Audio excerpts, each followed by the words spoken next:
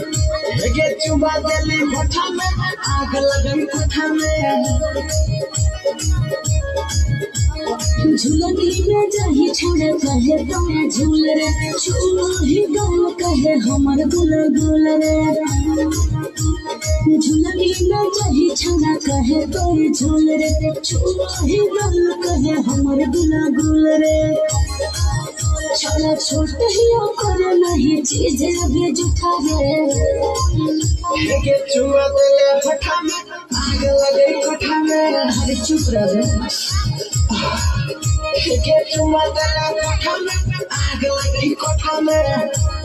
बता दे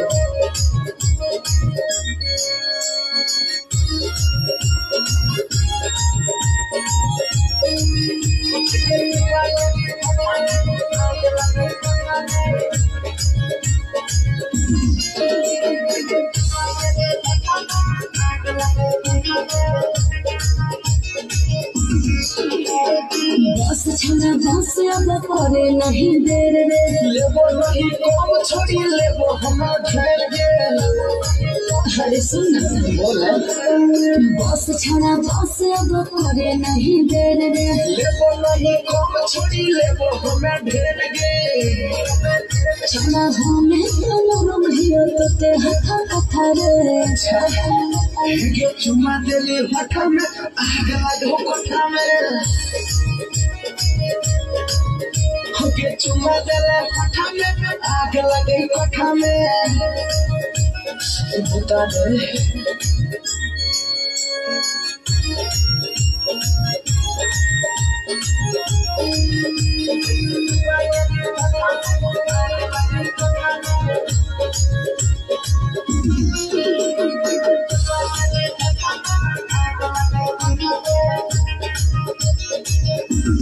दर्द बड़ी होगा छना घस देना तेल रे चुप चुप चुप छोड़ी होवे देना खेल गे